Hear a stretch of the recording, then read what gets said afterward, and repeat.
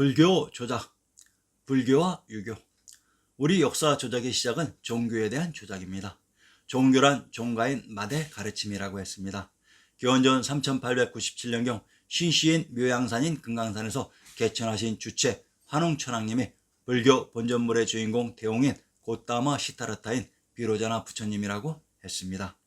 이러한 종교의 주체를 우리의 역사에서 지워버리고 현 인도에 이식해 놓은 것이 현 불교의 실체이며 실상입니다. 신증동국 여지스남 구격본 황해도 문화연의 사묘를 인용합니다.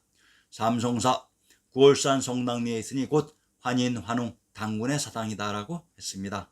황해도 문화연의 묘전을 인용합니다. 환인 환웅 환인의 소자로서 소코는 곤시시이다. 단군 책머리에 자세하고 후선은 갈라져서 동북쪽으로 부여가 되고 그 연대는 방고시세기에 있는 듯하다. 삼성인의 사묘와 묘전이 있었던 황해도 문화의 군명을 문성 유주 실용 걸구라고 합니다. 환웅천왕이신 비로자나 부처님의 묘전이 있었던 황해도 문화연의 군명을 문성 유주라고 합니다. 즉 불과 유는 동일한 실체라는 사실입니다. 왜 유교 국가라고 하는 조선사회의 모든 임금님들은 불교에 기유했던 것일까요? 25사의 모든 황제들이 바로 불을 지키고 밝히는 천왕님의 대리인인 천재였던 것입니다. 옥황상제, 우리 민화에 자주 등장하는 신화가 옥황상제입니다. 그런데 이들이 대를 이어 존재했었던 역사 속 실제의 인물들이었습니다. 옥황상제란 옥당에 계신 인간세계 최고의 윗죄왕인 천왕이라고는 의미입니다. 우선 옥황상제가 계셨던 옥당의 비밀을 먼저 밝혀봅시다.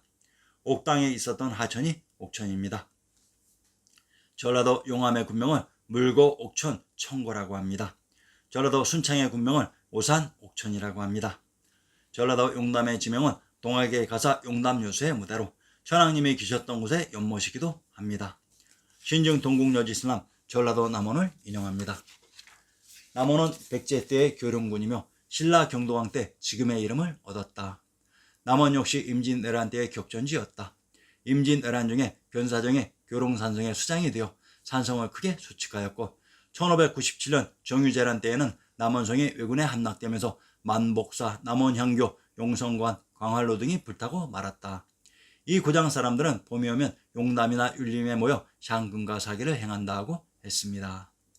전라도 남원을 교룡군이라고 하며 용담이 이곳에 있었다고 합니다. 교룡군인 전라도 남원이 경도인 서울에 있었다는 것은 천천히 밝혀드리겠습니다. 전라도 남원의 군명을 용성 고룡 대방이라고 합니다. 용 안에 있었던 성이 용성이고 용성에 있었던 연못이 용담입니다. 상기의 모든 지명은 용과 관련이 있는 지명이었습니다. 전라도 남원의 지명 용성이란 천왕님인 용왕님이 계셨던 성입니다. 서울의 용산은 또한 용땅에 있었던 산이기도 합니다. 천왕이신 부처님들을 옥황상제 용왕님이라고도 불렀습니다. 불교 조작, 역사 조작은 가장 기본적으로는 불교의 조작입니다. 어찌 보면 우리의 역사의 실상을 찾는 것은 불교의 실상을 찾는 과정이기도 합니다. 불교를 어떻게 조작했는지, 그러면 그 실상은 어떠한 것이었는지 대강 더듬어 살펴봅시다. 먼저 다음 사전에 나와 있는 불교조를 인용합니다. 다음 국어사전 불교조. 기원전 5세기경 인도의 석가모니가 창시한 후 동양 여러 나라에 전파된 종교. 이 세상의 고통과 번뇌를 벗어나 그로부터 해탈하여 부처가 되는 것을 궁극적으로 이상으로 삼는다. 교리에 따라 대승인 북방불교와 소승인 남방불교로 나누는데 동양의 문화에는 절대적인 영향을 끼쳤다. 위키백과 불교조. 불교는 기원전 6세기경 인도의 고따마 붓다에 의해 시작된 종교이다. 불교는 고따마 붓다가 펼친 가르침이자 또한 진리를 깨달아 부처가 될 것을 가르치는 종교이다. 브리테니카 불교조. 기원전 6세기 말에서 4세기 초경 동북 인도에서 창시된 종교이다. 우선 먼저 눈에 띄는 것은 국어사전의 기원전 5세기, 위키백과의 기원전 6세기, 브리테니카의 기원전 6세기에서 기원전 4세기의 부처님 시대의 주작의 혼란사입니다. 왜 이리 한자고 부처님 시대를 400년, 500년, 700년, 900년이나 후대로 끌어당겨 내렸을까요? 이 모든 백과사전과 역사책에서의 불교에 관한 이야기들은 천자연화대의 그림과 똑같이 인류의 의식과 정신에 황치를 한 것에 불과합니다. 부처님의 역사와 불교의 역사 이야기가 바로 코리아 코드의 본 실상입니다. 지금까지 배우고 공부한 이 조작된 불교의 이야기는 모두 잊어버리시고 1만 년 문화를 굳건하게 세운 부처님의 비단금죄의 금성과 이를 지키고자 했던 25사 왕부의 역사가 바로 우리 역사의 본 실상입니다. 개인 수련법. 이번 시간에는 참으로 꺼내기 힘든 그동안 고민하면서 체득한 개인 수련의 방법을 허심탄회하게 논하고자 합니다. 제가 지난 10년 동안 역사 공부를 진행하면서 체험해온 수련법은 기존의 방식과는 전혀 다른 방법을 혼자 실행했습니다. 기존의 수련 방식인 마음을 비운다는 선불교적인 정개념의 수련법은 마음에서 형성되는 사려와 감정이 인위적으로 작동을 멈추어 마음을 비운 무개념적 상태인 반면, 제가 시도한 경개념은 마음속에서 형성되는 지각과 사려를 집중해서 구체적인 대상을 지향하고 해결하는 마음의 상념적 상태라고 할 수 있습니다.